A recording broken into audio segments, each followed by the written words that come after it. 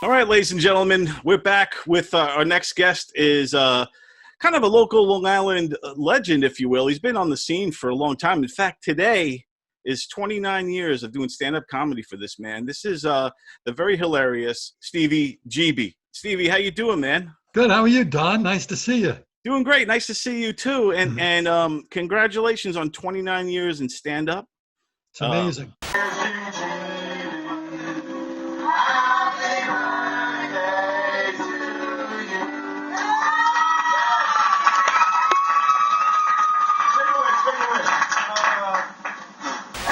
I remember you from when I was starting out. It was in the late 90s. I started doing comedy in like 97, 98-ish. Oh, son of a bitch! Holy shit! Oh, I'm sorry. I'm sorry, please. And then I eventually stopped doing it. I realized it wasn't... you weren't going to be on Letterman in a week. That's what it was. Exactly. You lost the delusion. So that's probably like 97, 98 or something. Yeah, that's about the time. Because I lasted from about 97 to early 2000, if that. I was only a few years doing it. And then it just got harder and harder to... the drive for me to want to do it, you know, because every day I was nervous. Yeah, well, that's okay. Nerves are good.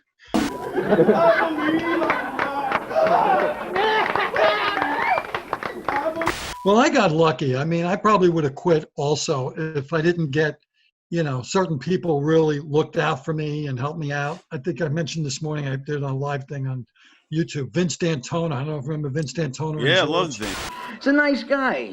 He's looking at me like I'm real. Will you stop? He's trying to outstare me. No. Vince was like the sweetest guy in the world. He was everybody's friend. And I used to go to McGuire's all the time. That was my home club. I go to McGuire's on all the open mic nights. And back then, there weren't really bringer shows. You just kind of showed up. And for some reason, there was always people there. I don't know why they came to shows. But I don't remember, like, John Ryerson was running. He never said you have to bring people, or whoever was running the show. I would just show up, and they would put you on stage. And I always sort of did well. But, I was getting that disillusioned feeling of, like, this is really unfair, and, getting ignored and the usual thing we all go through for a few years. Being an accountant and a comedian, it entails keeping the day job until this takes off, which means keeping the day job. And I was just about ready to quit. And I was, and that's when Vince slipped a piece of paper over. He said, call this guy. And it was Rick Morgan, who was doing all the firehouses. Yeah. And he ended up putting me on 30 firehouses where, you don't have to bring people, obviously. You just go to the show. Right. And here you are performing in front of 200-300 people, and you naturally get better because, that's I always tell people, people say, don't you get nervous performing in front of 300 people? I'm like, no, those are easy. Performing in front of 5 people is hard. Right, yeah.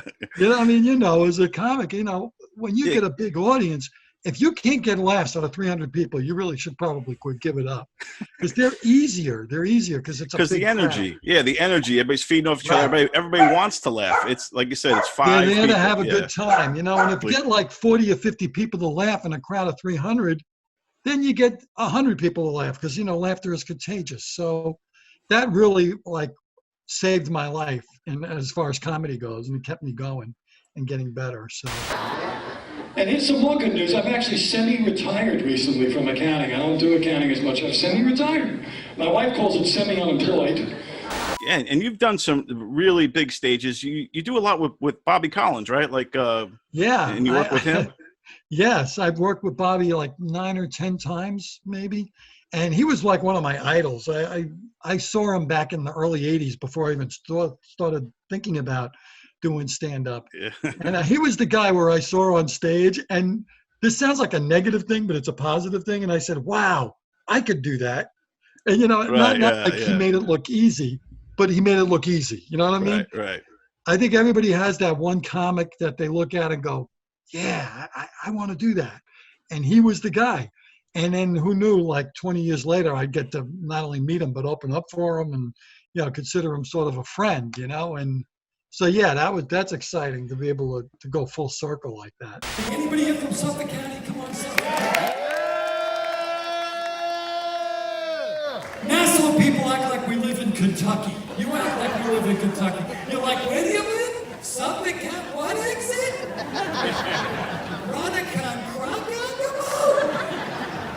Yeah, it's funny how life works like that, man. You know, like you become friends with the role models or the people that inspired you in this business, and that's really cool. So how has the quarantine been treating you now? I know, like, you know, the comedy world has changed. Clubs are opening back up slowly. Yeah. Governors is open. I'm actually going to a show this week to check out some comics. But these last 4.5, 5 months have been tough. And what have you been doing to do the time? You've been writing material, like hitting YouTube? Yeah, I've been writing, not so much material. I'm actually working with Paul Bond, who's an old friend of mine. We know each other for a long time. And he's putting together a talk show, and we've been working. I've been helping him. I've been writing it with him, writing some skits. We have a really great skit. I don't know if you did a little background. I did Groucho Marx. I had a Groucho Marx show.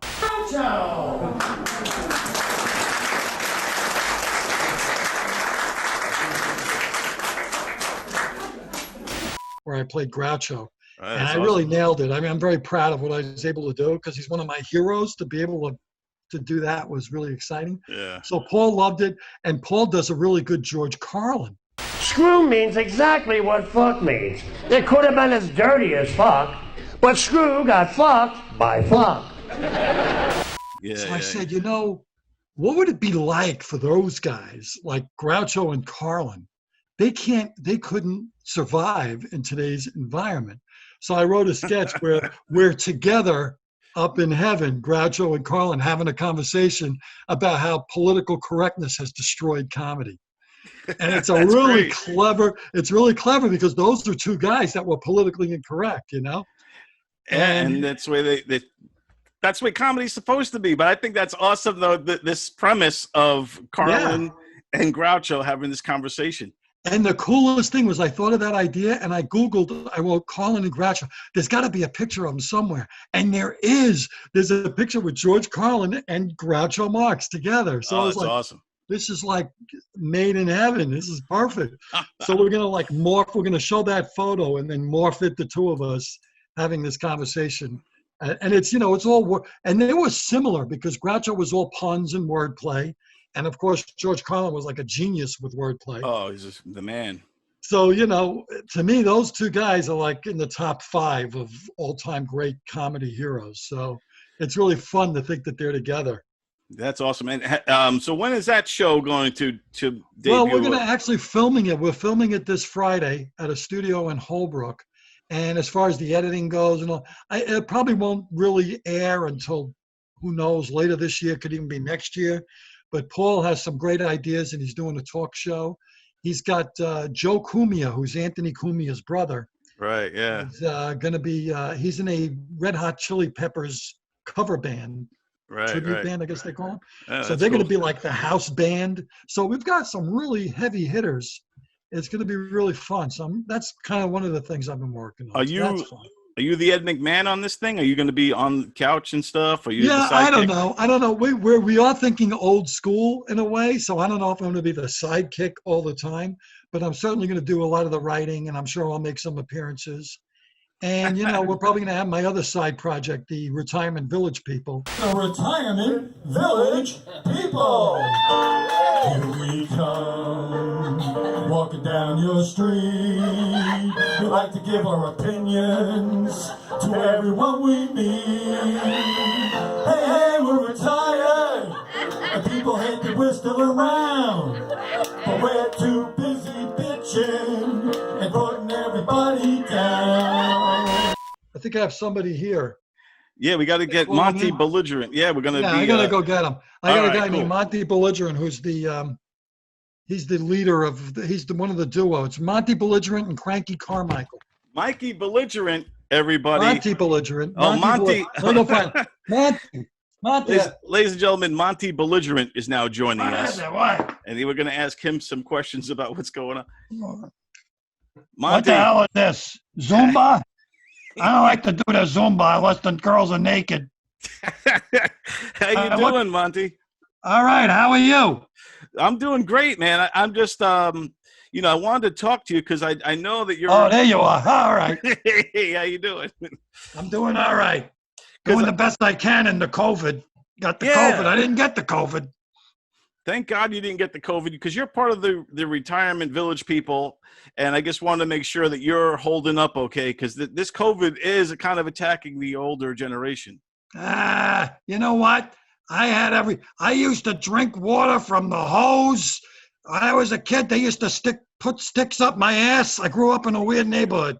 And it didn't matter. All this stuff. We didn't have Purell. We had nothing. We used to go to a bowling alley and you put your fingers in the bowling ball with thousands of other people, right? Imagine all the germs in the bowling ball. Those people go home, they put their fingers in their ass, and then they come in and they play bowling. And those shoes, remember the shoes? Yeah. Remember they used to spray that spray? Listen, I worked in a bowling alley. We used to put urine. We used to piss in the bottle and spray in the shoes. Wow. You know what I mean? Wow, that's some bowling alley. And you went to the bathroom. There was no pump soap. They had a bar of soap. Remember, it was a bar of soap on the community sink. bar. And it was like shit all over it and hair. And you washed your face with the bar of soap. And there was no paper towels or blowers, air blowers. What'd they have? They had a towel. And you used to roll the towel. Vroom, vroom. And you found the clean part of the towel. Am I right? Wow, yeah. That's why I don't get the COVID, because I'm immune to all that stuff. Yeah, so your immunity system is like super strong because of the way you were raised.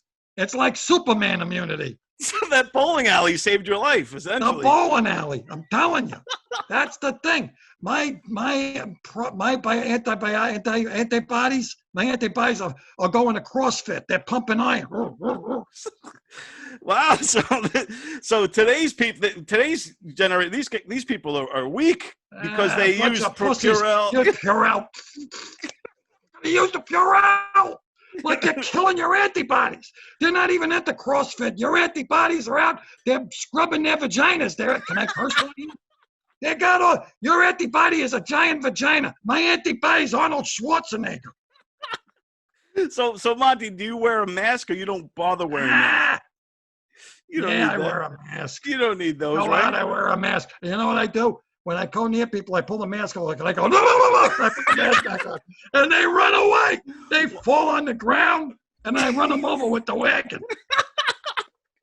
So your generation is way tougher than this one. This is a generation of whiners, complainers, mask wearing, Purell wearing people that just don't get it anymore. What went wrong, Monty? What went wrong? What went wrong? We got crazy. The Purell company, Procter and Gamble took over, and now everything is Purell and alcohol. We used to drink scotch. That's how you got better. You drank scotch. When I was a baby, I was teething. My mother would rub scotch on my gums. Right? That's how I got immune. I was an alcoholic at 7 months old. Wow. Wow. These are some crazy times. You got the protests, the riots, the COVID, murder hornets. Murder hornets. Listen, we protested back in the 60s. I used to hang out with Jimi Hendrix and Jim Morrison, you know? Wow. The Doors and the other guy from the Voodoo Lounge, whatever the hell is the Voodoo Child, Jimi Hendrix, the black guy. And we used to hang out. And we used to do protests. And Jimi Hendrix did the Star Spangled Banner at Woodstock. He played with his teeth. And you think he washed his mouth out after he played with his teeth? No, he didn't care. And we had protests. We used to stick the flowers in the guns because we were hippies and the hippie girls. And we had sex all the time. There was no condoms. There was no AIDS. Wow. There were no assistance, no AIDS, AIDS either. Nothing. Right. Wow. Those are some good times. Those were some good times. So, Monty Belligerent, I know you've been around for a while and you've seen stand-up comedy evolved through the years. Is this cancel culture? What's going on? How is that going to affect stand-up comedy moving forward? Everything's getting canceled now. I'm telling you. I remember I used to hang out with Red Fox. Me and Red Fox. I'm the one that gave a heart attack. Remember, he was like, "Oh, it's a big one, Elizabeth." I did. I killed the motherfucker. Wow. He's a good guy, though, and he wouldn't be alive. If he was around today, nothing. Groucho Marx and George Carlin and Red Buttons, and, well, maybe Red Buttons would be around, because all he did was that dinner routine, and nobody liked it. Nobody liked Red Buttons. Nobody liked Red Buttons. You talking to me?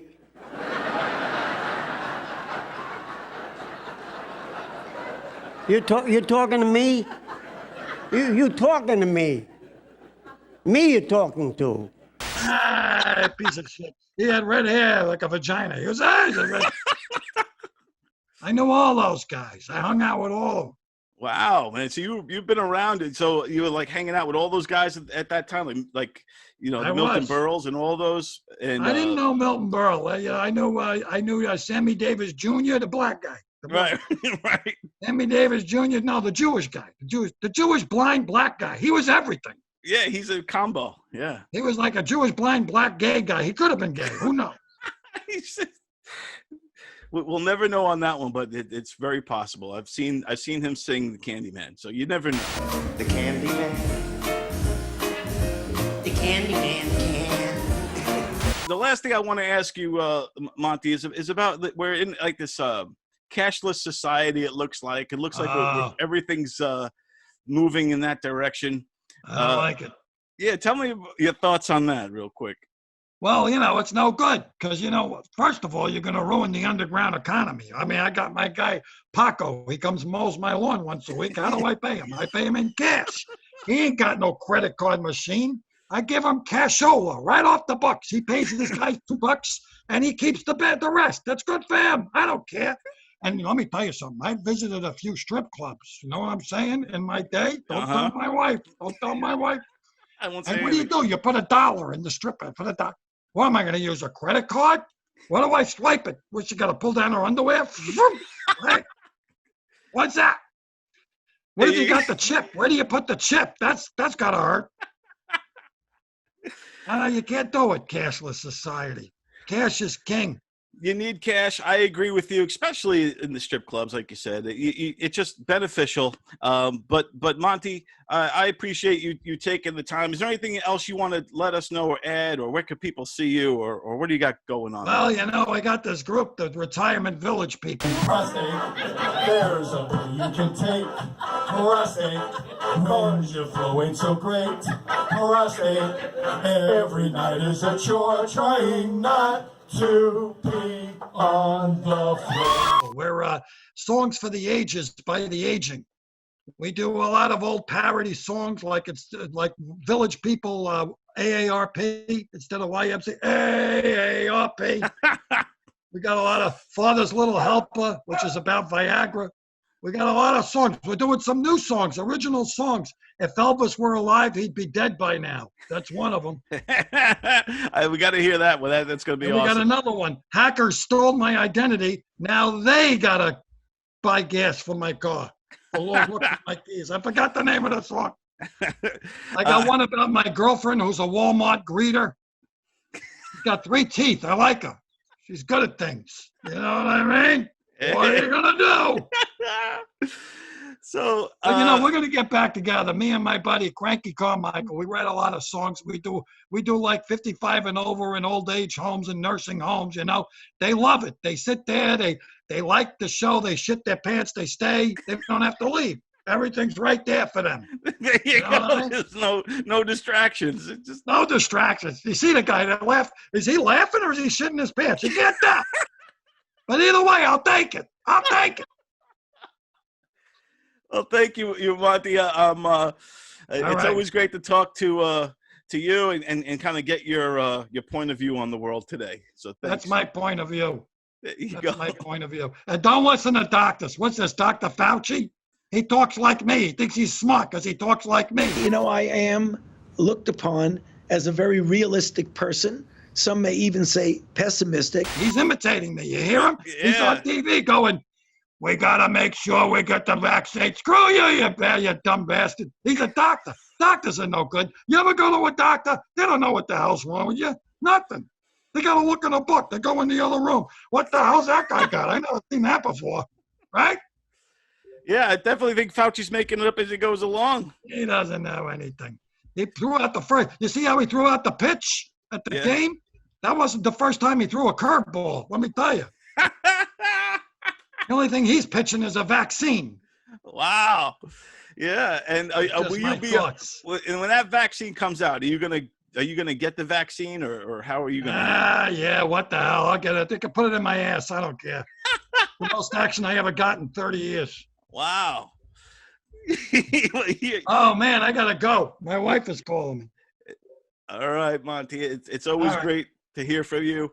Thank you, Monty Belligerent, everybody, and Stevie G.B. And Stevie G.B. All right, Stevie G.B. is back. This is great. I gotta answer this call. Yeah, Stevie, take care. Always great to see you, my friend, and hope to have you on soon, my buddy. Yes, you will. Thank you, Don. All right, take care, man. Appreciate it. Bye-bye. Stevie G.B., everyone. Another one.